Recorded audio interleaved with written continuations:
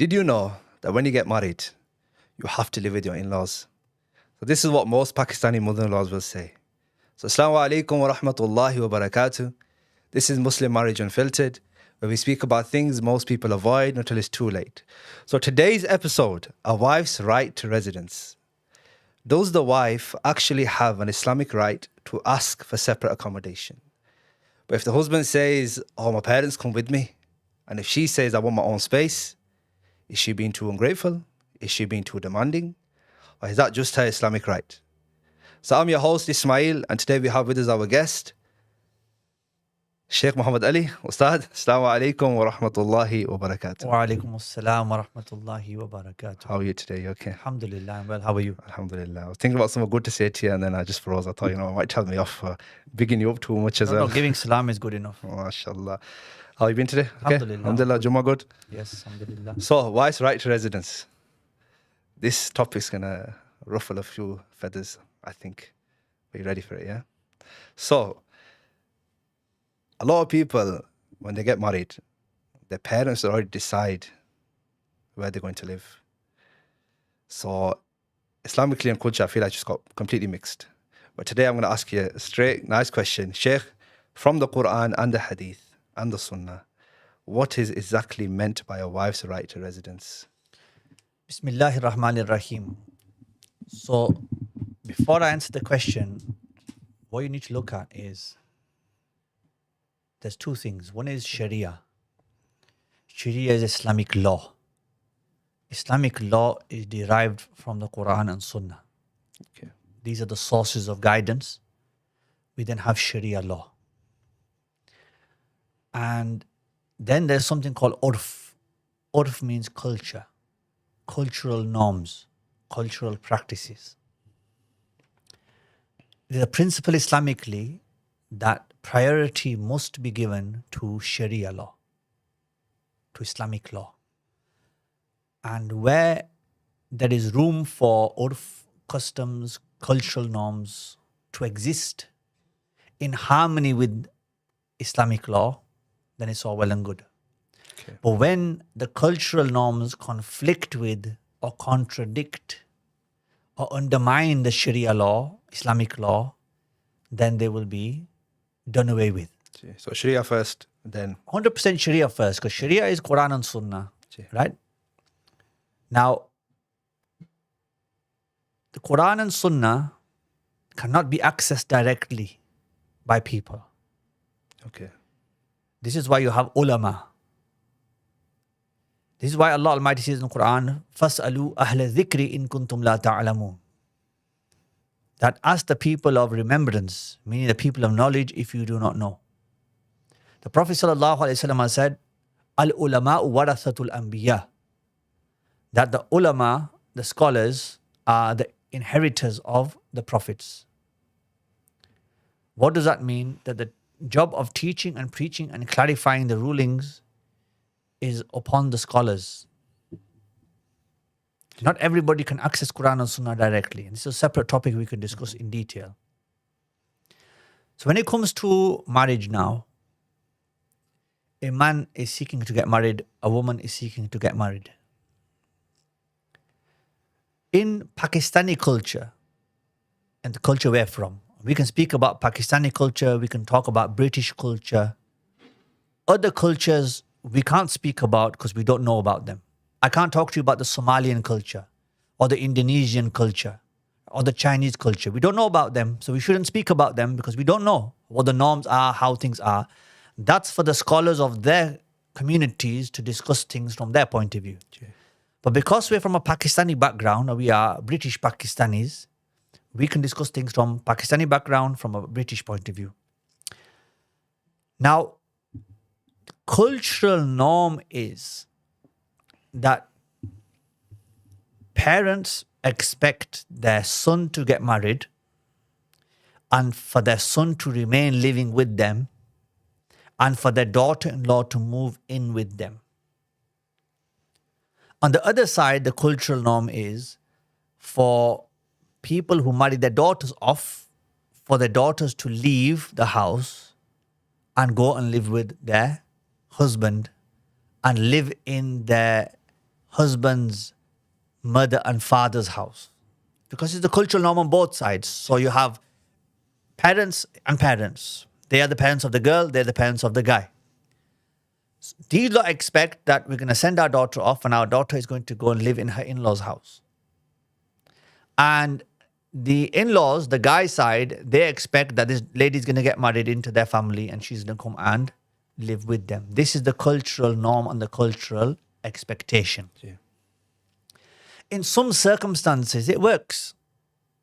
In most circumstances, it's a disaster. Okay. And we can look at the pros and cons of doing each. That's fine. Once we've defined a little bit, we can look at the pros and cons. So when we have Quran and Sunnah, we then have Islamic law, which is derived from the Quran and Sunnah. That's what we could refer to as Sharia. So in the books of Islamic law, it mentions a ruling which is pretty much the same across the board. They elaborate on it a bit. In some books, it's a bit more brief. In some books, it's a bit more lengthier. They have a book within the books of Islamic law called Kitabun Nafaqat, the book of expenditure. Okay. Nafaqat, expenditure, maintenance. And in a very famous Hanafi book, it's called Al-Kitab. It's actually called the book. In Hanafi fiqh, it's called the book. Al-Mukhtasar Al-Quduri. And it is taught in Dars-e Nizami. It is taught throughout the world, the Muslim world. If someone wants to become a scholar and understand the rulings of Sharia, they have to study these books. And in Mukhtasar al-Quduri, it says, وَعَلَيْهِ أَن يُسْكِنَهَا فِي دَارٍ مُنْفَرِدَةٍ. Darin munfaridatin. People say, because I've mentioned before that a woman has a right to separate accommodation from the rest of her husband's family. And people are saying, where does it say that? Mm-hmm. But they got their eyes closed. They're like this, where does it say that? But your eyes are closed and you're saying, where does it say that? Or you don't know even the basics. And you're saying, where does it say that? I'll tell you where it says it. In Mukhtasar al-Quduri, Imam al-Quduri says, and then this is also, the text is the basis for Al-Lubab fi Sharh al-Kitab, which is a commentary. Al-Hidayah, which is a Hanafi manual, is also based on the matan, the core text of this Quduri. So he's saying, وَعَلَيْهِ أَن يُسْكِنَهَا فِي دَارٍ مُنْفَرِدَةٍ. I know you want to say something, but let me explain the basis of the masala, the basis of the ruling, and then I will sit back and you can ask questions and we open it up. Yeah. But the foundation has to be laid. No problem. What are we talking about? Sure. Imam Quduri is saying in Islamic law, the scholars are saying, the fuqaha are ruling, they're saying that it is necessary upon him. Who's he? The husband. Not his father, not his mother, not the father-in-law. Upon him. There is something wajib upon him. So in Sharia, is salah fard upon a 5-year-old? No, because he's not capable of handling that. When should you start training them? From the age of 7. When he reaches puberty, it is now fard. Meaning that there can be a time where you could call it premature. Mm-hmm. And you build somebody up to something so they can take on the responsibility at the right time. So Imam Quduri says, وَعَلَيْهِ, it is upon him. If I would say to you, it's on you then. Yeah. What does that mean? It's on you. It's your responsibility. Here, وَعَلَيْهِ means is wajib, necessary, upon him. What's necessary upon him? أَن يُسْكِنَهَا, that he houses her. Is wajib upon him, the husband, that he houses her فِي دَارٍ مُنْفَرِدَةٍ, in a separate accommodation, a separate dwelling, in a separate building, in separate accommodation. A bedroom in a house is not darin munfaridatin. That's a bedroom in a house. This is referring to a separate accommodation, which you could say is a separate house, or it is a self-contained annex, or a self-contained apartment within a bigger building. Mm-hmm. So he's saying, Darin munfaridatin, that's what he needs to provide her with. So then should she need to ask? No, because Sharia is saying to him, this is what you need to provide her with. Should she need to ask for her mahar? No, because Sharia says you need to provide her with the mahar. So she should not need to ask anything. This is something that should be a given and something that as standard should be separate accommodation for you. She shouldn't be like, oh wow, it's basic, this is standard. Wow, what? This is basic stuff. So وَعَلَيْهِ أَن يُسْكِنَهَا is wajib upon him to house her فِي دَارٍ مُنْفَرِدَةٍ in separate accommodation, in a building which is separate accommodation. And then he says, لَيْسَ فِيهَا أَحَدٌ مِّنْ أَهْلِهِ, and there shouldn't be anyone living in that accommodation from his family. Okay? So this is the basis. So what should happen is he's getting married, he should secure accommodation, and that accommodation should be sufficient for them, and there should not be any of his family members living in that house alongside her. Okay. This is the basis of the ruling. So the way it should be approached by the man and his family should be not all the cultural norm is that our daughter-in-law comes and lives with us, and if she doesn't live with us, then we're going to consider this to be abandonment. Or we're going to say that, oh, our daughter has stolen our son and she's taken our son away from us and she's causing trouble before she's even arrived, or she's making demands that, she's not even stepped foot through the door yet and she's already making demands. She's not making any demands. The Sharia is making demands on her behalf to say, this is what the man needs to be able to provide her with. Okay. And then it says, look, لَيْسَ فِيهَا أَحَدٌ مِّنْ أَهْلِهِ, that there should not be anyone from the rest of his family living with her. She has a right to separate accommodation. Then he says, إِلَّا أَن تَخْتَارَ ذَلِكَ, unless she opts for that. Meaning, unless she chooses and opts for living with the rest of his family. So what we're saying is that the norm should be that she lives separately, he lives separately to the rest of his family with her. They have their own space and privacy. Unless she is of her own free will and choice willing to give up her right. Her right, yes. But what we have to do is acknowledge her right first of all. Now, I'm not a feminist activist. This is not feminism. This is Sharia. When I say what I'm saying, guys get upset. But I didn't write the book. I'm reading the book. I didn't write the Sharia. I'm reading and teaching what the Sharia is. You know, if it's said in the books that the man is not required to provide his wife with accommodation separate to the rest of his family, and she should live with the rest of his family, then that's what we would teach and preach. Of course. Because that is what the fuqaha have derived from the Quran and Sunnah. But that's not the case. So we're going to explain what has been said, what has been taught, what has been passed down. Yeah. It doesn't matter to me what the ruling is, we just follow the ruling. So here, he's saying that he is required to provide her with separate accommodation in which none of his family live unless she forgoes her right. But the key thing here is you have to acknowledge that that is her right. Should she have to request that her right be given to her? No. Should she have to fight for her right? No. Should she be made to feel bad for saying, you do know, by the way, that I am entitled to separate accommodation from the rest of your family? And it not to be seen as something that is, oh my God, what has she just gone and said? She just sworn at us. She just insulted us. It's not the case at all. So the man should already know this. He should, before he gets married, should study enough to understand that to get married, he needs to be able to provide her with separate accommodation. And if he's not able to do that, then marriage is too premature for him. He's not ready for that yet. Okay. This is the basis of the ruling. So before I jump into the questions, I just want to ask you regarding the book itself. So there are a lot of people out there who say we can go to Quran or Sunnah ourselves. They can't. Why can't they? Because they don't have the ability. Okay. The average person, like me, like you, let me give you an example and frame this for you.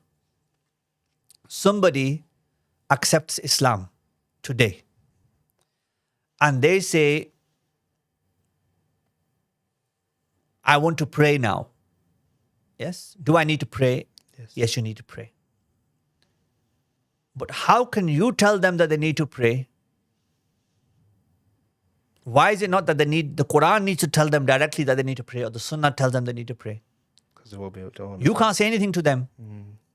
So they now need to access the Quran and the Sunnah, which is in Arabic, to understand that first Salah is fard, to then understand what makes the Salah valid, what makes it invalid, how to perform wudu, what the fara'id of wudu are, what the sunnah of wudu are. They have to study all of this before they can even read their first Salah. Is that practical? Is someone going to be able to do that? No, not really. Is this new Muslim, like the new Muslim says to you, how do I make wudu? You say, oh, I can't teach you how to make wudu. You need to go directly to the Quran and Sunnah. Or how do I pray? Oh, I can't tell you how to pray. Because then that would be me teaching you Yes. what I've been taught from the Quran and Sunnah. But you need to go directly to the Quran and Sunnah. It's not possible. So what happens is the scholars Yeah. have studied Quran and Sunnah and then given you a ruling. They say this ruling is based on Quran and Sunnah. Yeah. We've accessed the Quran and Sunnah, that the proofs are there, but we're giving you not a Quranic verse or a hadith, we're giving you a rule, a bullet point Based off that. based off that. Yeah. You can access this rule, simplified, do this, don't do this. What's underpinning this? Quran and Sunnah. But you're going to access Quran and Sunnah directly? No. Can you access these books? Yes. So the books are there as a manual Okay. to say, here's a manual, a codified manual to say step by step what you do, what you don't do, what is halal, what is haram, what is fard, what is wajib, what is necessary, what is sunnah. And it's all derived from the Quran and Sunnah. So if someone was to say we're not doing this, like you just said, this is wajib upon the husband to give a separate accommodation. So we say, what are you going to do? It's like he said, oh, she's gonna live with my mum and dad. And then the question here will be is, what are you basing that on? My mum's opinion. Yeah. Yeah. Understand? Yeah. Do you have any obligations? Does a husband have any obligation towards his wife? Of course. What are they? A separate accommodation. Like Not, well, even if this guy is saying, shelter, food, clothes. where does that come from? We're saying, look, this man wants to get married, yeah? He wants to get married to this lady. And he doesn't want to look at any books of Islamic law. So we're going to say to him, you're looking to get married. Do you have any rights on your wife and any responsibilities towards her? If so, what are they? And does she have any rights on you and any responsibilities towards you? And if so, what are they? Your answer has to come from Quran and Sunnah. Yeah. The guy will not be able to answer. Never. End of story. Yes. Okay, so like we said now, the daughter-in-law is always made to feel bad when she'll say, I want to live in my own house. I want a separate accommodation. What's the need for separate accommodation? Why can't she just live with them anyway? Firstly, Allah subhanahu wa ta'ala has commanded the man Yeah. to spend on his wife, to cover her expenditure. Day-to-day living, a person has certain basic requirements and necessities, Yes. which we summarize as food, clothing, and shelter. And the woman has a right to privacy. Everybody has a right to privacy. The woman has a right to privacy. And because she's entitled to food, clothing, and shelter, then she's not required to share that entitlement with anybody else. And for example, she's entitled to mahar, isn't she? Yes. What's the purpose of the mahar? The purpose of the mahar is for the husband to show her that I have financial strength. He cannot give us nothing as mahar. He has to give us a mahar. And the mahar is that show I have financial strength to be able to carry out my obligations as a husband. She then has a right to be spent on and to have her basic needs met. Yeah. And she's not required to share them basic needs with anybody else. She's not required to share her mahar with anyone. Similarly, she's not required to share her accommodation with anybody else. And this is the ruling that's given. And when it's expanded on further, what's mentioned is that one, she has a right to privacy because she can then be carefree regarding her belongings. This is one of the things that's mentioned in the books. She can be carefree regarding her belongings. I've heard of scenarios where there are mother-in-laws, they'll go into their daughter-in-law's bedroom. Like if she's living with the in-laws and she's foregone her right when it said, illa an takhtara dhalika, that she's foregone her right. And we'll discuss the different scenarios in which why would she give up her right. Okay. But she's made to feel bad. We'll talk about that. What'll happen is that this woman, and this happened many times as well, why is the bedroom door locked? It shouldn't be locked. Mother-in-laws especially, they say you cannot have him, some are unreasonable, some are very reasonable, but you're not allowed to lock your bedroom door. There's been women who complain saying, my mother-in-law is going through my drawers. She's going through my underwear drawer. She's going through my drawer with my socks and my bras and all my clothes, my personal belongings. She's going through the drawers. And when I've said, what are you doing? She's saying, it's my house. What is it to you? What you can do about it? It's bullying attitude. And the other thing is that they mention that another reason why she is required to have her own space and privacy is that so she can interact with her husband freely. Yes. She can sit with him freely. She can interact with him freely. She can talk to him freely. And they can be intimate together freely. It doesn't mean that there's some people who will comment on social media and say, oh, well, this woman, she just wants her own place so she can walk around in her knickers and bra. It's not about that. Don't be daft. Right? Even in privacy, when you're at home in privacy, you're not supposed to be walking around in your underwear. Yeah. You need to at least cover your aura. For Generally, when you're at home, a person should not be walking around in the house naked. yeah. Right? A person should cover the aura as much as possible. At home even. And except when a person's having husband-wife relations. So she's required to have her own place so that she can be freely interacting with her husband. She can speak to him, interact with him, and be intimate with him. And intimacy is not just restricted to the bedroom, just talking to each other freely during the day. It's like people who live with their in-laws, when he lives with his parents and she lives with her in-laws. Some of them don't even allow them to sit on the same sofa. He'll be talking to everybody else, but he won't even talk to her. Or, for example, he'll go and read Eid namaz, and he'll come home, and he'll be giving everybody Eid Mubarak. So he'll give his mom Mubarak for Eid, dad, brother, sister, children, and he'll look at his wife and say, yeah, Eid Mubarak to you as well. Like he's not allowed to give his wife a hug. He's not allowed to, give it a kiss on the forehead, for example, and say Eid Mubarak to you. He can't even meet his wife and give her a proper, hug to celebrate Eid and to say Eid Mubarak to you as well in a warm, loving way. He has to be very cold towards her because, again, it would be a taboo to show that warmth to your wife because everybody else is there. Okay. It's important for them So having their own bedroom is not enough. Look, even if they got their own bathroom as well. the thing is this, that when it comes to, we mentioned the separate accommodation. What does separate mean now? A separate The bed. minimum separate means is a bedroom, bathroom, and kitchen. So that would in effect be a self-contained annex, a self-contained apartment, a one-bedroom flat. Okay. This is what would be a minimum.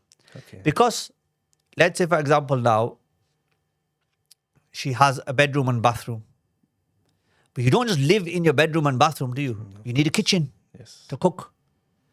And again, another thing is that, I suppose, is a bedroom enough on its own? No. Culturally, in Pakistani culture, they'll say it is enough. A bedroom is enough. But, why they're saying that she's required to have separate accommodation, and then they're saying, well, if he gives her a room, that room is sufficient. They say a room is sufficient because then the goal is achieved. Which goal? The goal that she can be carefree about her belongings and she can be intimate, interact with her husband. A bedroom alone does not suffice because you do not live in a bedroom entirely. You sleep in a bedroom overnight, but you do not live in a bedroom. You cannot confine her to the bedroom. Yeah, she is required to at least have a bedroom, a kitchen, a living room, a bathroom, and this needs to be locked and separate. With nobody else can go in there. Meaning that she needs a self-contained Yeah. annex or self-contained living quarters she's required to have. What if they're like a massive house and there's only one, just mother and father living there? Husband gets married, wife comes in. 3-4 living rooms, it's got 6-7 bedrooms upstairs, bathrooms everywhere. Would you still recommend that person to get his own separate accommodation as a I would say to him that you should still get your separate accommodation. okay? And if he says, "But I'm living," But remember, she has the right. It's not about him. It's about her. Yes. She has the right to separate accommodation. Yeah. So if she says, I want to go, Want to? I want to have my separate accommodation," They should. and he says, "But my mum and dad are alone now." Look, her mom and dad are alone as well. True. If he's an only son and she's an only daughter, has she not left her parents? She has. So are her parents any less than his? No. Is she not required to be good to her parents? So why doesn't she continue living with them? Because good does not mean live with your parents. وَبِالْوَالِدَيْنِ إِحْسَانًا, and be good to your parents, or your duties towards your parents. Why is it that if she's an only child and he's an only child, she's just gone and left her family? She's not living with them. Yeah. But he is not willing to leave his parents, but she's already left hers. So how does that work? Has she abandoned her parents? No, in that sense, it's, oh, no, you've not abandoned them. You can go and see them whenever you want to. Go and look after them, be there for them. It's fine. So then why could the same rule not apply to him? So the thing here is that, even then, when they are living in this house and they're living together, look, if she wants to, they can. But even then, I would not recommend it. I will look at why. So let's look at it from this approach now. What are the pros? Pros first. What are the pros to for her living with her in-laws? Okay. Pros living with in-laws. The support. You give that one, get. I'll give one. Okay. The support you get from extended family. Okay. So one pro is she gets support from her mother-in-law. She gets support from her father-in-law. Yeah. Another pro would be not only support as well, but the child then grows up with a strong bond and attachment to his or her grandparents. Yeah. Okay. That's another pro, another reason. Another one. Another one, they can save up their money to buy a house. Okay, they can save their money to buy a house. The expenditure is shared. Yes. They're not having to buy another house, rent another house. The house is already being bought. They're But that's a sharing. common thing. They'll say, you stay with us and you save your money. You don't need to spend anything. Bills are covered, food's covered, everything's covered. Everything's here. covered, right? Everything's covered. And again, it's a pro, yeah, that you save on money. And the man is not required to take on any financial burden because it's already covered. Another pro would be that the woman, she then is able to develop a relationship with her in-laws as well. They can look after the children while maybe if she's working, they've got childcare, Free babysitting. free babysitting, he's working, etc. And if she goes and lives in a separate house, she's going to be alone. At least living with her mother-in-law, father-in-law, she's not alone. Another pro would be that if the husband's away working and he's away a lot, then if his wife's home alone, then that's not good for her. At least she's living with her in-laws and she's got somebody to be there and live with. So these are all positives, right? So you could talk about it from the village mentality of supporting. And the other thing is the children that they grow up, they can also, if their grandparents are multilingual, They can learn the language. bilingual, they can learn the language. Okay, this is also another pro as well. What else do we have? The chores a little bit less. Cooking will be maybe done by the mother-in-law, and she don't need to cook. Shared as chores, much. Yeah. right? So they can help each other with the chores. So there are a lot of pros, Yes. a lot of benefits to a woman living with her in-laws. But the benefits are mainly there when it is just mother-in-law, father-in-law, Yes. and husband and wife. So there's 4 people living in the house initially before they have children. Is there any more positives I or can't think of benefits? it anymore. Any more benefits you You can want think to? any. I can't think of it. Some might come. Okay. The other thing is, and also cultural, it's cultural thing, it's the cultural Yeah. norm. And we shouldn't, encourage people to go against the cultural norm. People will say. And "She's people so will good." say, look, people think bad of her. And they feel like, and also if the in-laws are ill, then at least she can look after them, he can look after them, she can look after them. And vice versa, if any of them two are ill, they can look after each other. So this is also important as well.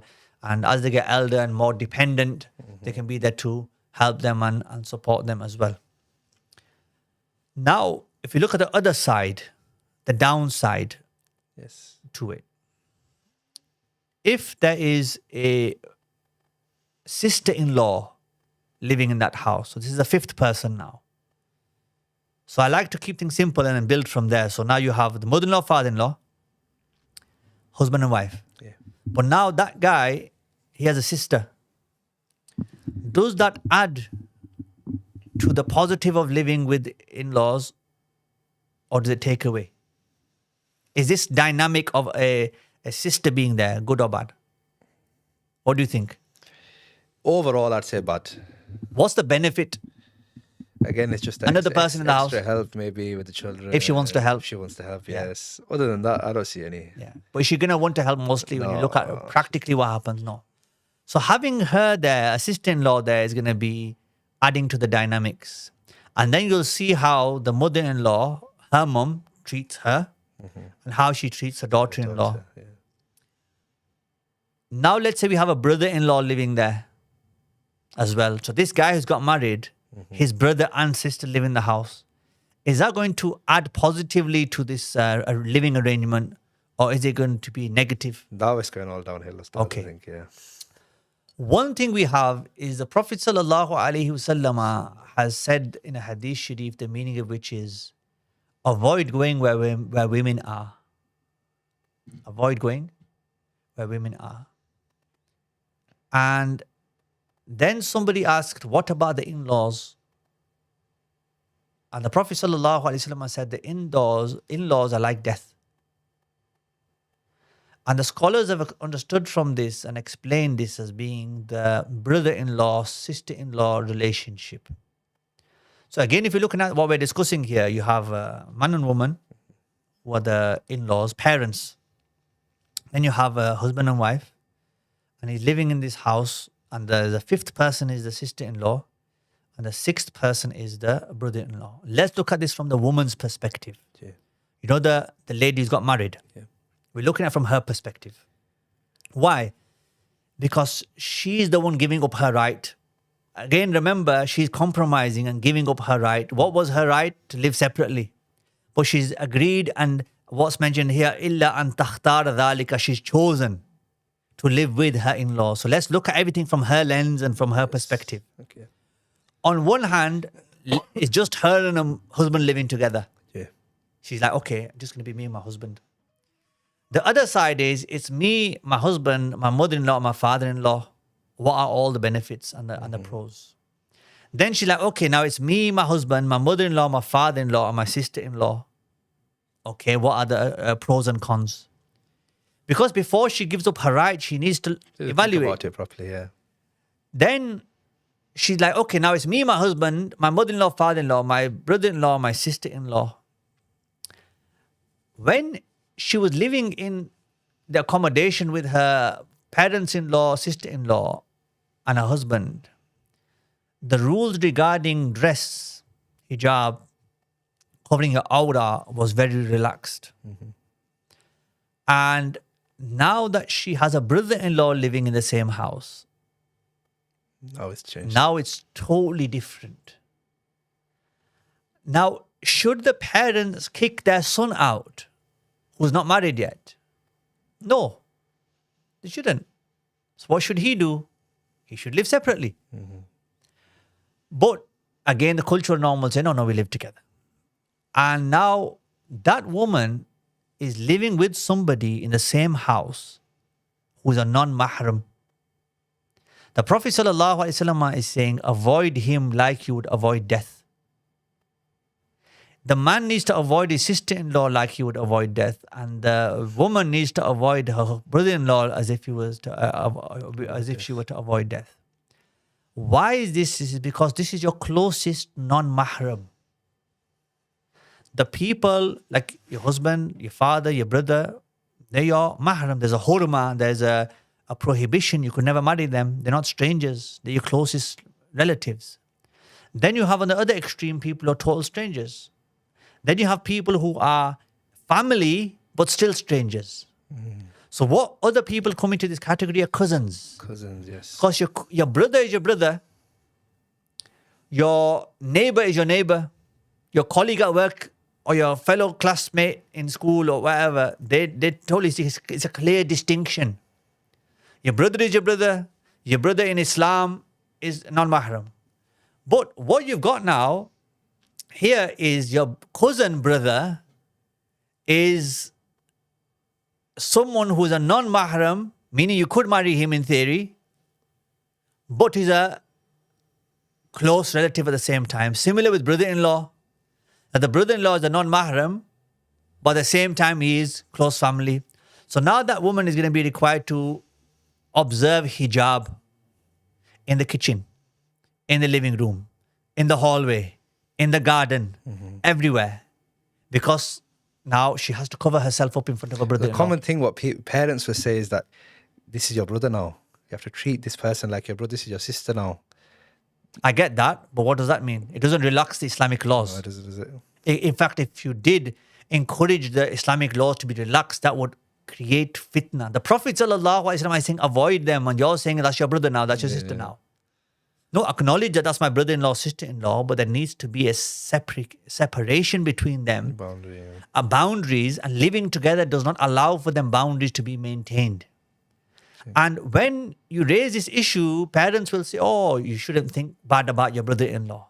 Yeah. You shouldn't think bad about your sister-in-law. It's not about thinking bad. It's about real dynamics and real human psychology and physiology and everything. If the Prophet ﷺ is saying, avoid them like you would avoid death, then what does that mean? Is that not enough to say live separately? Yeah, of course. You know, I'll give you an example. A lady says to someone she's potentially looking to get married to, what are our living arrangements going to be once we're married? And it's a question she shouldn't even have to ask. It's something he should voluntarily say, look, Say to her, yeah. so, this is what I'm about. And when we get married, if we decide to get married, this is our living arrangement's going to be. It's got to come from him. Why are you making her feel like the one who's pulling?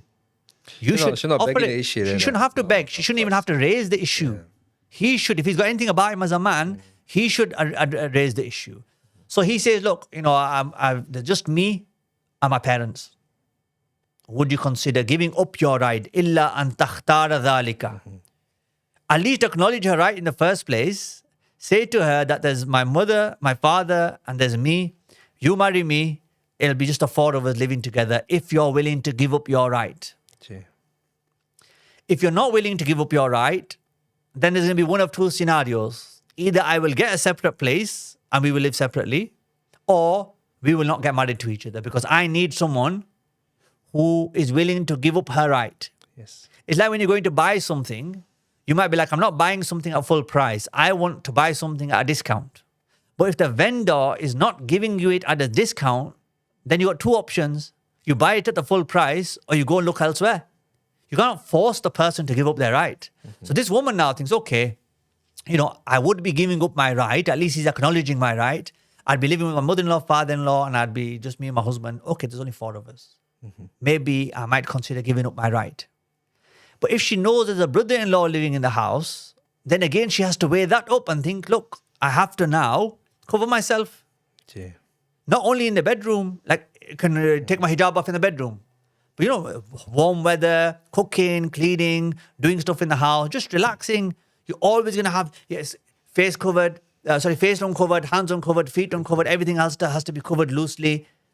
A lot of people who say, no, it's fine, brother-in-law, they don't even observe hijab at home. That's true, yeah.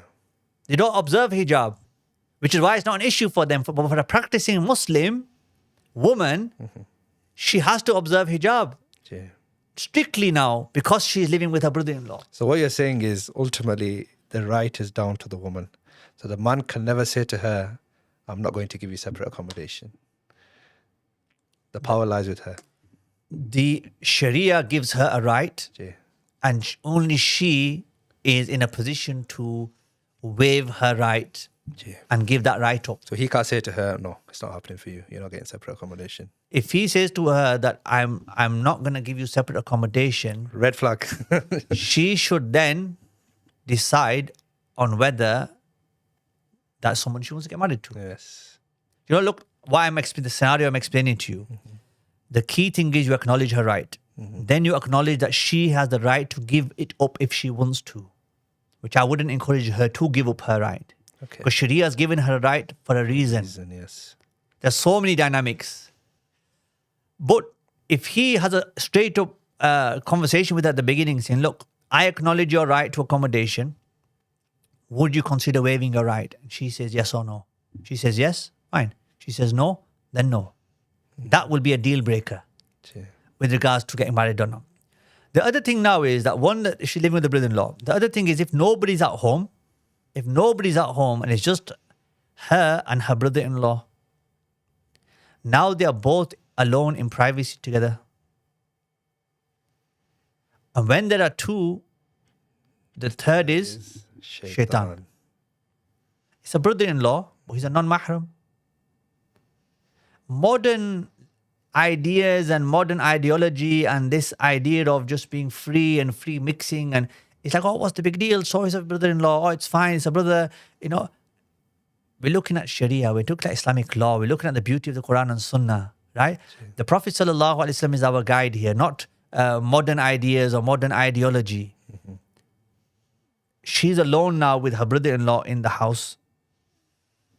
That's a problem because they're alone together in privacy. So one is the Prophet saying, avoid going where the in-laws are, meaning the brother-in-law, sister-in-law. The other is that she's now alone with him in privacy. This is highly problematic. And people will not discuss it, but there are so many cases where that brother-in-law will be having a relationship with his sister-in-law. And why do you not hear about it much? Because it's a taboo thing. You don't discuss it because it's based on the family. It's a shame on the family. But does it happen? 100%. Hell yeah, it does. It does. Yeah. And it also happens a lot, you know, when the husband is not treating his wife properly. And the brother is like, you know what? You deserve better than him. You don't deserve to be treated like this. You're so nice, you're so good, you're so this, and you deserve to be treated better. I'll treat you better than You don't need him, you need me. I'll look after you. My brother's an idiot for treating you this way, speaking to you in this manner, right? I'll show you how you should be treated. This is highly problematic. So many cases where brother-in-laws are having sexual intercourse and relations with their sister-in-laws living in the same house. Very famously, there was a case where there was a man and he was living with his wife and his wife's sister was living in the same house. It was a massive program they've done on available documentary they made on it. I haven't seen it. So this man was married, had children, Muslim man, also sleeping with his sister-in-law for many years. So he's sleeping with both sisters. Oh, okay. I think I know. Yeah, go on. And then she ended up, they went to a mosque, an event at the mosque. I think it was a khatam or funeral or something. She's called her sister to say someone's broken into the house. Her sister's come home and she stabbed her to death. Yep.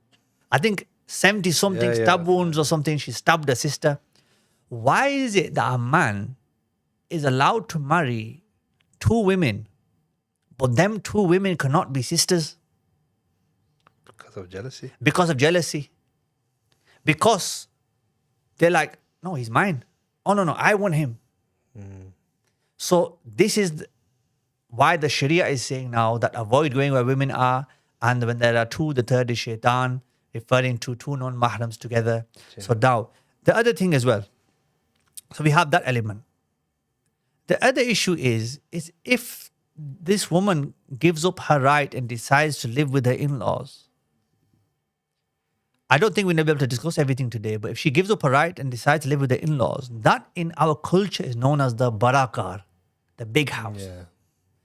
So who's coming on Eid? Everyone. Chache, Chachiyan, everybody's coming. Yeah. Any guests, who's coming, they all come to the big house. Who's now having to cater for the entire family? Fortunately, Who is having to say like, oh, neighbors are here, come and cook this. Yeah. My sister's here, come and cook this. My such family members are coming over. Do you get it? So because she's living in a big house, everybody's there. Yeah. And she's not just serving her husband and her children, She's serving the entire family. There's women who neglect their own children because they're too busy feeding their brother-in-laws and sister-in-laws on their children. And a lot of people don't want to help. They're like, oh, they'll come on Eid day, right? And they'll be like, oh yeah, enjoying the Eid food and everything. And they don't realize all the hard work that their sister-in-law who lives in the barakah, what she has had to do and to cater for the entire family. The other thing you have as well is, we talked about support. Yeah. There's support from the in-laws, but there's also interference. Yes. You don't want your child to eat sweets. Your child is saying, I want a sweet. You'll say no. Your father-in-law will say, let him. You now need to be quiet. Your child wants something. You're saying no, to discipline them, to kind of raise them up in a way that you can't just have everything that you want.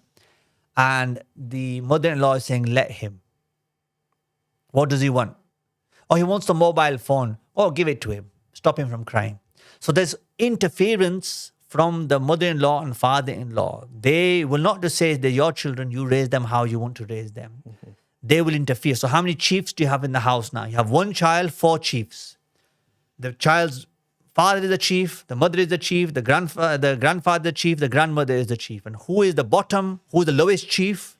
The mother. Yeah. The one who's given birth to the child is the lowest one. Who is the highest chief? Grandfather. Second highest, grandmother. Third is the father of the child. Yeah. So now there is a hierarchy within the house. Yeah.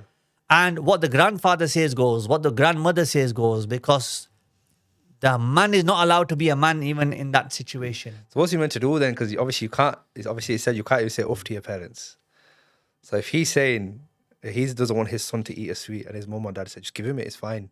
Is he allowed to be like, chill out a little bit? He needs to get his own place. That's what I'm saying. Yeah.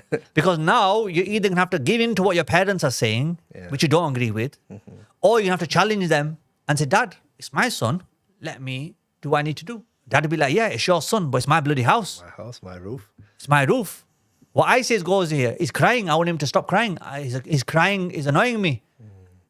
It's stressing me out, the fact that he's always crying. Give him whatever he wants. Just to shut him up, make him go quiet. So this is why I'm again explaining that he needs to have a separate house so he can be the head of his house. Living in his dad's house, his dad is the head of the house. He needs to be in a situation where he is head of the house, right? So many of these things come in, the dynamics are there, in terms of raising the children, interference in that, what the child needs to eat, disciplining the child. If the child has done something wrong, it's the parents' responsibility to discipline the child. Yeah. But then the grandparents will undermine the parents' efforts. Yeah. I've got a question here, and it's linked to a girl asking for a separate accommodation. Saying, what if a girl asks and her relationship with her family breaks down? For example, it might be a family member. I don't quite understand it, but maybe she's marrying a relative or something. And she asks for separate accommodation. This is the thing. First thing is she shouldn't need to ask. Yeah.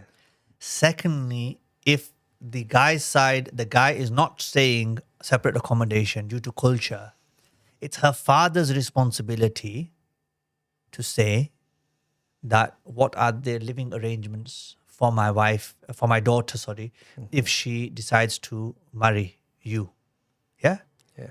Let's say, for example, it's you and I have a daughter. And you come to ask for rishta for my daughter.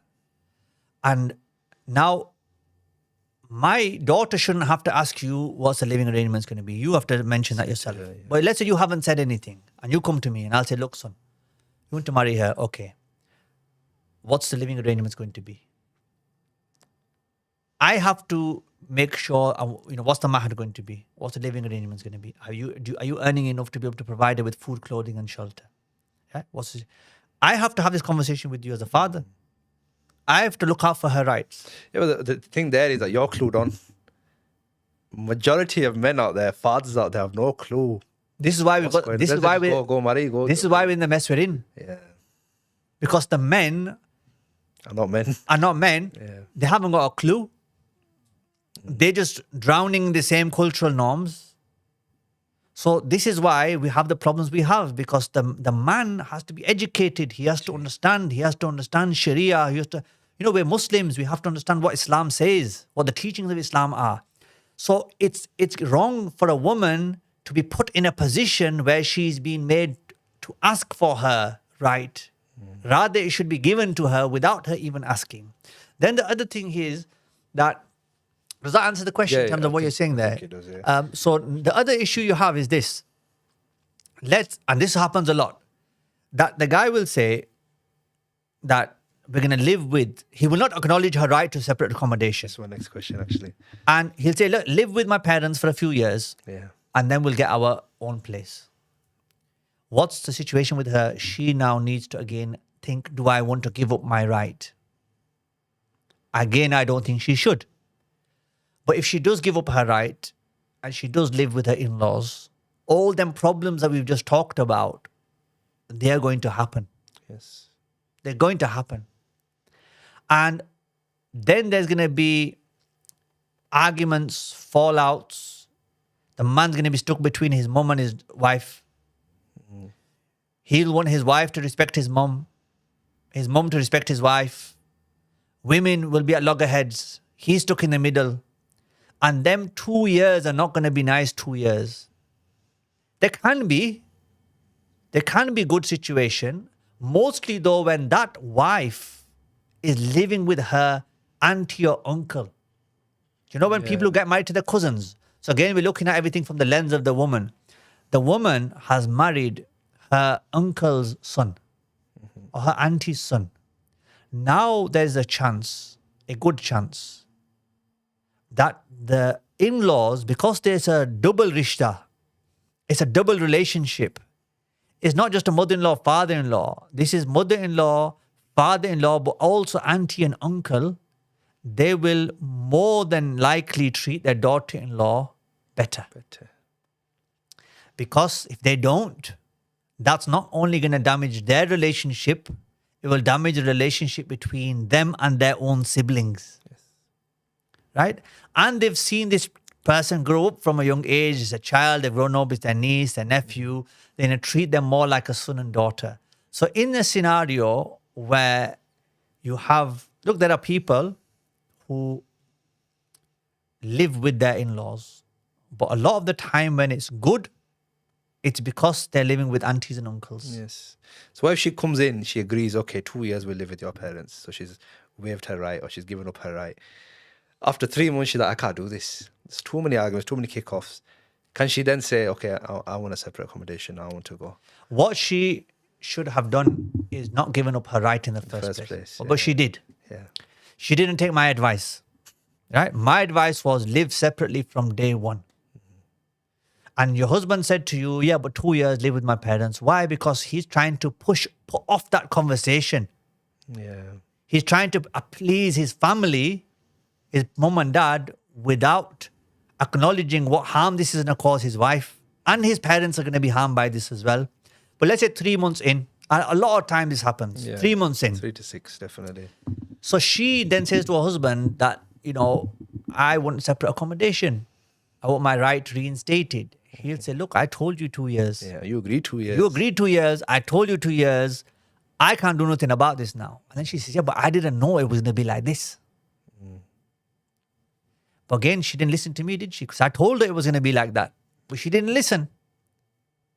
So he says, you're going to stick it out. You're going to have to stick it out. So she tries for another 3 months. But things are still not good. They're getting worse. What will she then do? She ends up leaving and going to her parents' house. Yes. Because the parents' door is open for her. She goes there. And she says, right, I'm going to stay here until you're able to get your own place. But now if she's pregnant, she's going to end up having a baby at her parents' house. Yeah. Then the grandparents on this side, like, she's taken our grandchild away from us. We've been deprived of having our grandchild in our house. But if you'd behaved yourselves in the first place, things would have been better. Most of the time, the problems are caused by the mother-in-law. Most of the time. She's not getting the idea that she needs to adapt. She needs to change. But is that because they don't want to let go of the son? They don't want to let go of their son. Look, I don't blame them in the sense as well that she's the queen of a house. Yes.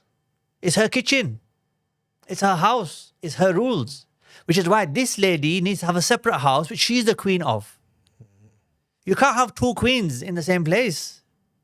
You cannot have two kings in the same place. I mentioned at Jummah today, you cannot have two lions that are the leaders of their pride. Yes. The babbar sher, the alpha male, you cannot have both of them in one place. One has to go and set up his own pride and do his own thing. This is my nest. You build your own. This is my ground. You build your own, right? And have your own place. So what will happen is she'll end up leaving and living at her parents' house until he's able to get separate accommodation. If he's able to, then what will happen is she'll then move into that house, and then still things will not be great between them because of the damage that's been caused initially. It's not worth the damage that is caused.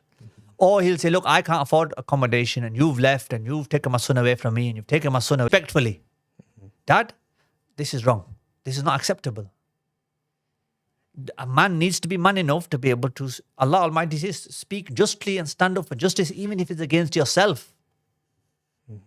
Even if it is against your parents, you need to speak up and say, look, just is just. Wrong is wrong. You have to be just.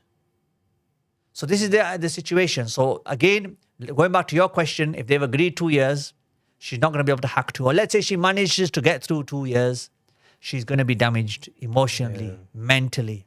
The relationship will not be great. The way to keep a healthy, strong relationship with the in-laws and with parents is by having your own accommodation, visiting them regularly, and again, moving out is not abandonment.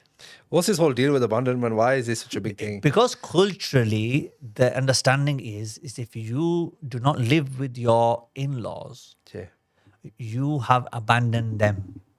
You have not accepted them.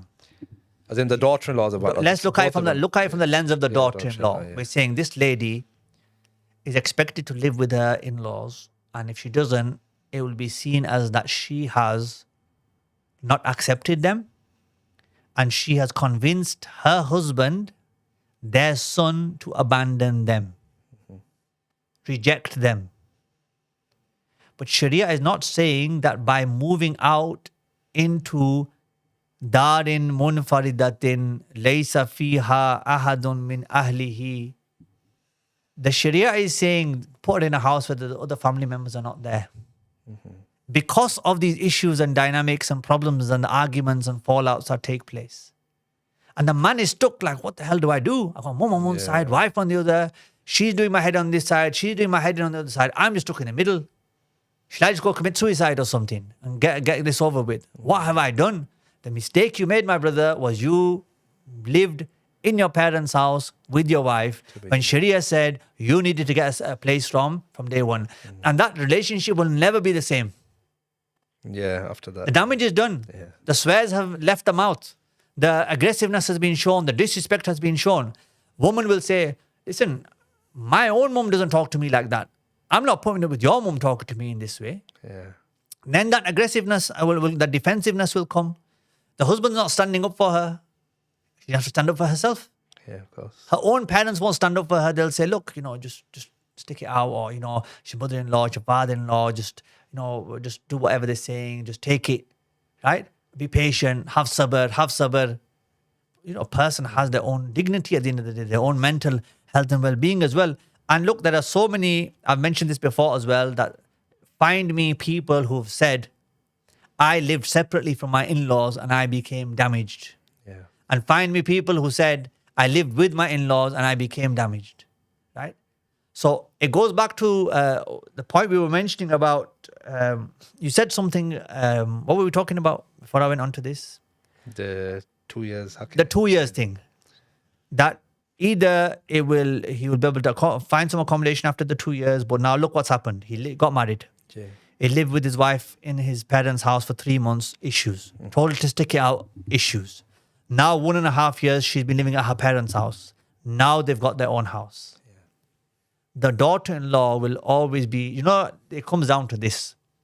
If she gives up her right and lives with his family, that giving up of her right will never be appreciated. Never. And that giving up of her right will never be seen as her giving up her right. She will not be seen as this amazing, generous, kind, loving daughter-in-law because she gave up her right. Why? Because her right is not acknowledged in the first place.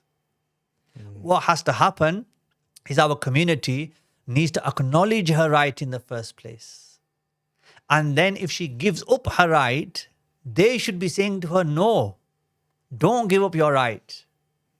Go get Your right is yours. Look, I've mentioned to you so many times before, I have one son. I only have one child, and that's one son. Our house is big enough for another person to come and live with us. So he gets married, the four of us could live together in theory, but it's not going to happen. If my daughter-in-law said, Dad, I want to live with you, I would say, no, you can't. You need to have your own accommodation. But we want to live with you. I want to give up my right. I'll say, no, you need to live separately. Come and visit as much as you want. But you need to have your own place. This will now enable them to build a bond, get to know each other, build and strengthen the relationship, make decisions together, go through the ups and downs, the struggles of life together, and it will make my son more independent. Gee. But if my son is living with me and my daughter-in-law is living with me, they're still going to be dependent on us and relying on us. Of course. The only way to make this work is for them to have their separate accommodation and be dependent. Do your own cooking, do your own cleaning, do your own shopping, pay your own bills. Live a life and build a life together, support each other and help each other. So it's not a case of, oh, I've got a house and it's big enough. It is big enough, but the thing is they need to set up their own life. Gee. So if a lady said, I want to give up my right, the guy should be saying, the guy's father should be saying, the mother should be saying, her parents should be saying, no, let's forget about culture. Let's go back to the Islamic standards, which are that she needs to live separately. Gee. This is the thing. But there is this expectation. And then even women will talk to women. Men don't really say anything to each other. But women will say, oh, your daughter-in-law, she got married recently. Oh, she not even lived with you. Oh, she lived separately from day one. Oh, wow. Wow, what arrogance. Yeah.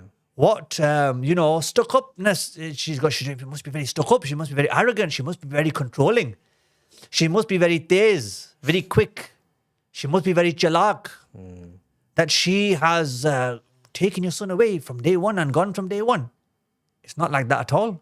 Why is she being made to look bad? It's the woman, the mother-in-law should say, no, it's not like that. The Sharia is saying she should have a separate accommodation, and we have ourselves actively separated them. My daughter-in-law wanted to live with us, and we said, no, you can't. You need to live in your own house separately. That is how you maintain peace, harmony, tranquility within the house, and the dynamics of a relationship work best like this. Gee. So if someone turns around and says to you, okay, we get your point, but it feels like what you're saying is you're stopping the daughter-in-law having relationships with the mother-in-law and father-in-law, and you're stopping her children from having a relationship with their grandparents. How is that stopping? Like, I don't live with my parents. My wife has never lived with my parents. So we've lived separately from day one. Gee. I would say, now, 2 of my nephews live with my parents. Okay?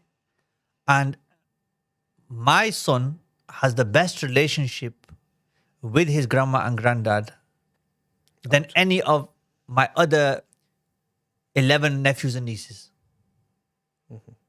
Why? Because of how regularly we go and see our parents. We go see them, we spend time there, eat there, 5 or 6 hours I was there. He sits with his grandma, he goes for walks with his grandma. They'll go to the park, they'll go for walks together. He'll sleep over and spend time with his grandma and granddad like this. Tomorrow they're coming over to our house. So we were there on Wednesday, Eid. And tomorrow they're coming to my house. Say, we're going to come over. We're going to be having a barbecue at our house, inshallah, some food, right? Relationships. Look, do I have a good relationship with you?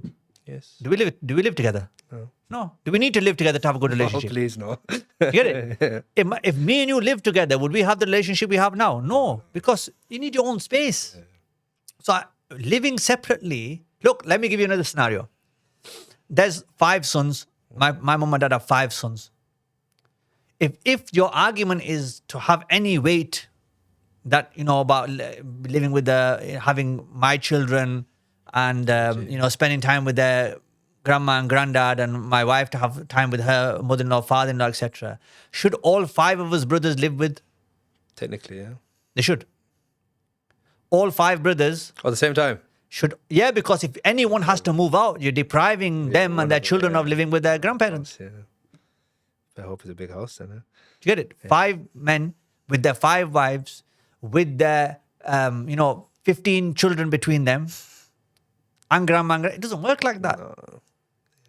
So the reality is you need your own space, separate accommodation. It's not about putting people in care homes, right? Yeah. Just because you're not living with your parents does not mean they're going to end up in a care home. You can still look after them. You can still care for them. If they become that ill, you can go and sleep there. Yeah. You can go and stay there. You still got your own house, haven't you? You got your own house, you got your wife, you got your children in a separate house. But if you need to look after your parents and they're that ill that you need to be there for them, go and live there. Go sleep there. But then you still got your own space to come to. Yes. When it's needed, why is it that you have to live with your parents for 30 years just because in the last year or 2 years of their life they may need you? The idea is you build your own house and life, and when they need you, you'll be there for them. Do you think this is there because our parents have had to live with their in-laws and they've had to live with their in-laws and going back up and just It's the cultural norm. thing, innit? Yeah. But even the elders, our elders, parents, when they live with their in-laws, they're just as scarred. Yes. But they took it on the chin. Yeah, they won't say it. They won't say anything. They just put up with it as, what am I going to complain about? It was tough, but we got through it. Yeah. But then some mother-in-laws, they'll be like, you know what, I went through a tough time. Why should my daughter-in-law have an easy ride? Yeah. And other mother-in-laws are like, no, I went through a tough time. I don't want my daughter-in-law to go through the same tough time. Yeah. This is how it works. So because it's a cultural norm, but really what I'm trying to encourage, again, that is a choice. But whose choice is it? It's the lady's choice. But when we're living in the UK, yeah, this is our home. Look at how women are brought up here. People are not getting married from abroad as much now anymore. People are finding people themselves. They're doing marzi nishadi, as we say. So that idea of a woman living with an auntie and uncle is getting less and less. Yes. The way people are brought up, people's tolerance is a lot less. Everybody's opinion, before people would not speak, something was happening, they stay quiet. Nowadays, there's no such thing as staying quiet anymore. Everybody wants to speak. Everybody wants to say something. Everybody wants to comment, right? People want to speak before thinking. It's like our, shorts on TikTok and Instagram, etc. 37-second clip, and someone is commenting after listening to like 3 seconds, and then start commenting straight away. I mean, how thick are you that you can't even listen to? Forget about my 1.5 hour podcast. You cannot even listen to a 37-second clip from end to end and then decide, do I need to comment or not comment? But people are like, we don't watch the whole clip. It's 37 seconds. How short am I supposed to make it for you? Like 1 second long. Like, what is that going to do for anybody? So you encourage me to make these shorts and say, make these shorts and people benefit from them. But they're not even willing to watch a short. They want a short of a short, which shows what kind of brains people have got nowadays. True. It's like, what's the point then? Just don't bother. No, we're going to carry on. No, what I mean is, don't bother even watching or doing anything or commenting. Like, we're going to carry on doing what we need to do. But what I'm saying is that I'm more of the mindset that if you want to understand something properly, sit down for 2-3 hours and let's discuss it thoroughly. Yeah. But no, we're creating things that are short form content, and even that's too long for people. And that just shows now, is that what else am I supposed to do for people like that? There's no medicine or treatment. There's no help there now. That's the thing. What else do we need to discuss? I think that's everything on my side. Anything else? Any actually advice you would give to a parent who starts to feel hurt when their son has moved out? Let me give advice to 4 people. Go on. My advice to the father-in-law, because again, we're looking at through the lens of the woman, yeah? The husband's dad now, yeah? Husband's dad. Yeah.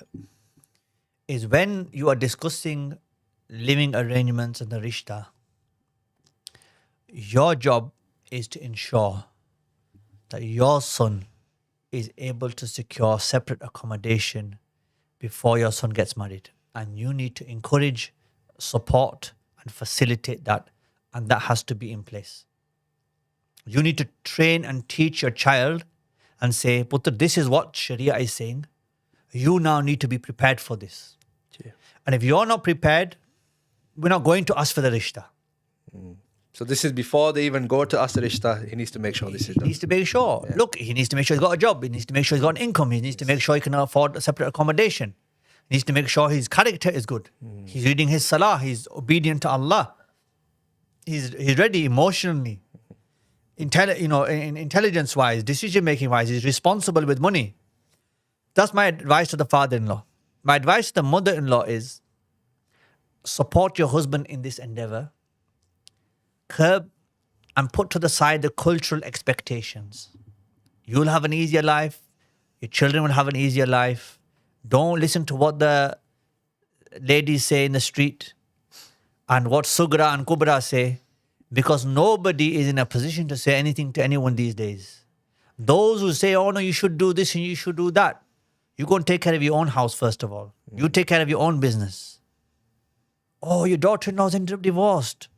Oh, that's such a bad thing, such a shame. He probably got 3 She's daughters. got 4 daughter-in-laws. She got her own 3 daughters are divorced, and her sons have left their wives as well.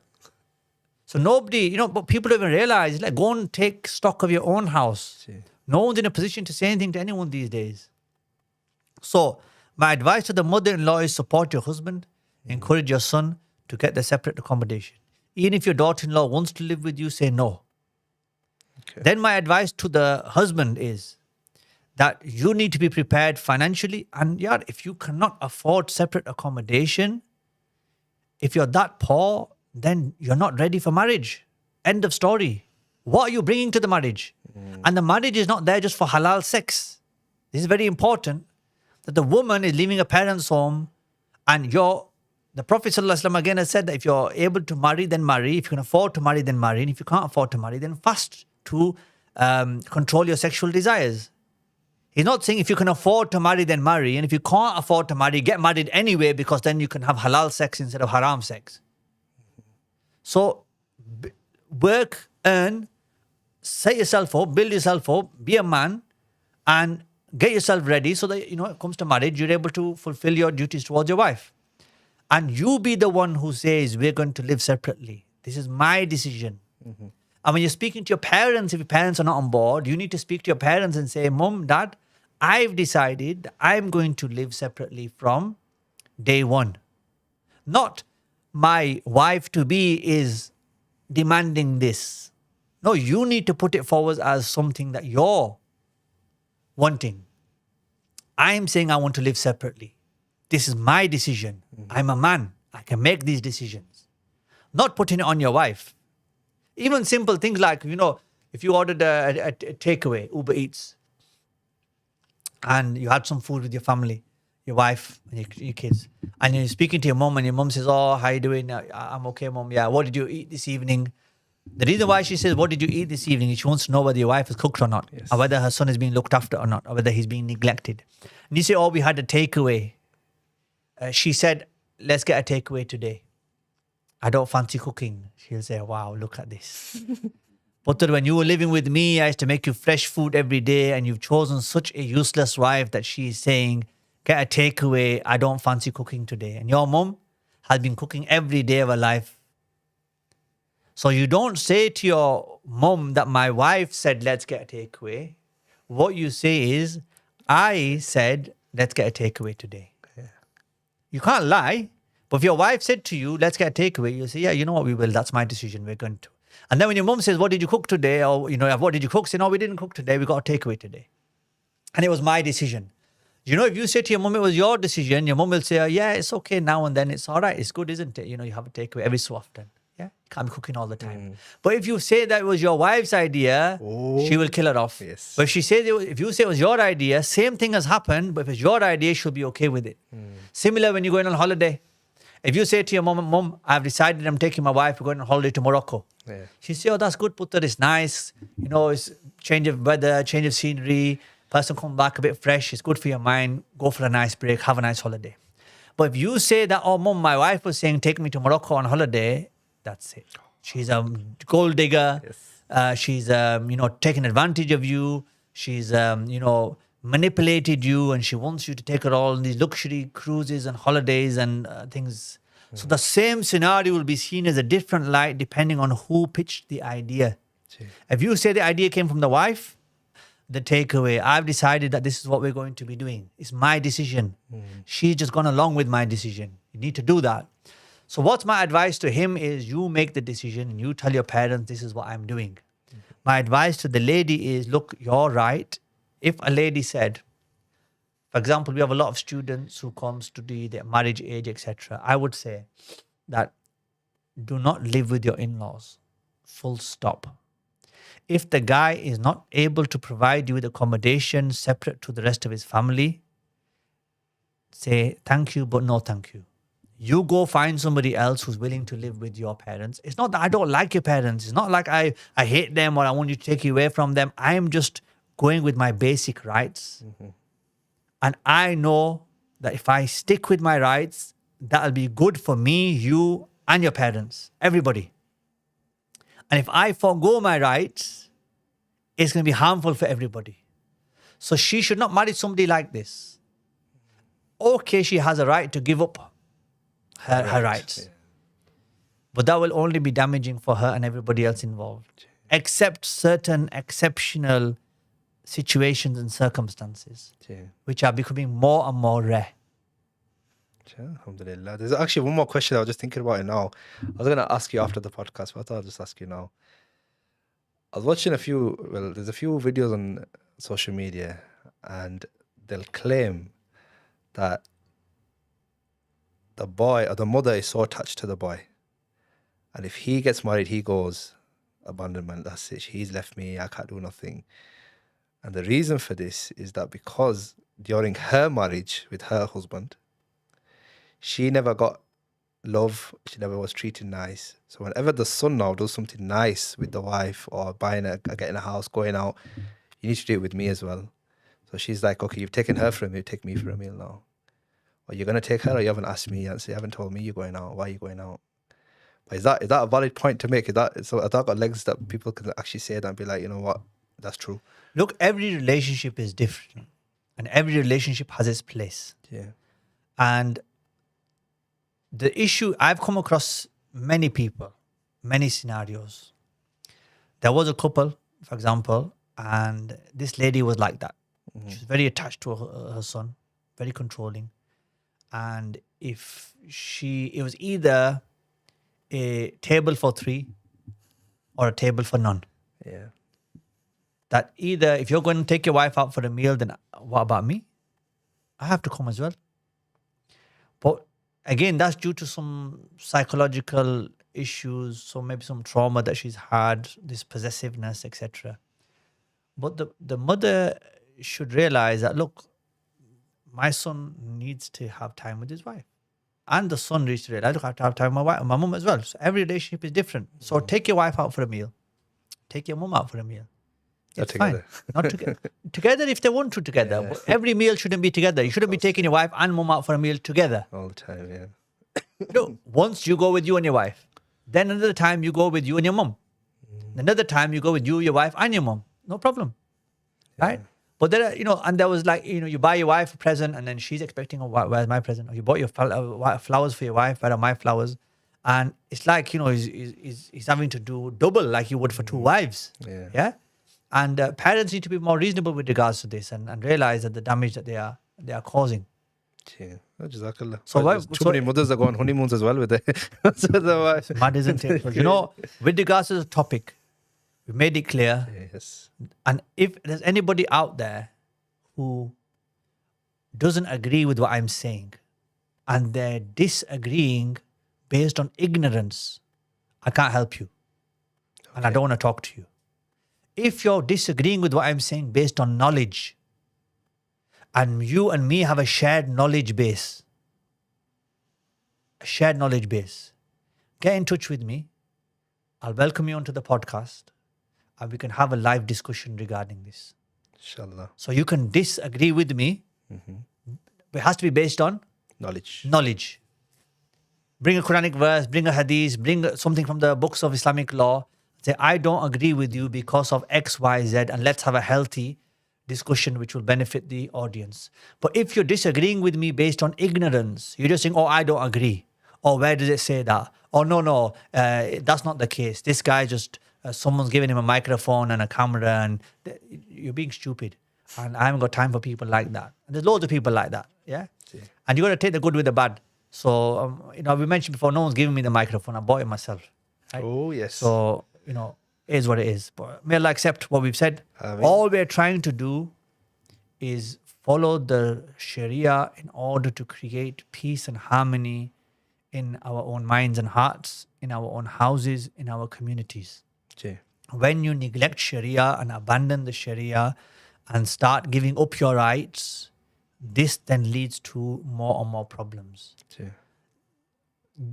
Society, we have to look at how society is and what's going on in society. And we have to, close as possible, stick to the rules of Sharia in order to achieve that peace and happiness in our lives. And that's what we are trying to promote. Ji. May Allah subhanahu wa ta'ala. And if even one person listens to our podcast, a woman, a man, parents, and think, actually, I was going to go down the route of this joint family living, and now I've listened to what I've listened to. I'm not going to go down that route. I'm going to separate my son, man thinks I'm separate with my wife and I'm going to go and live with her separately.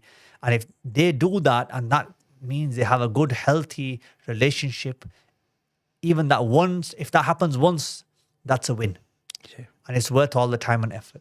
Alhamdulillah. وآخر دعواهم الحمدلله رب العالمين. Jazakallah. So Jazakallah everybody for listening. I think after this conversation just shows how much Islam and culture can get mixed together. But a husband shouldn't feel like they have to choose sides.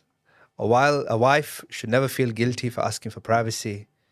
And as parents, please don't feel abandoned because your son has become a husband.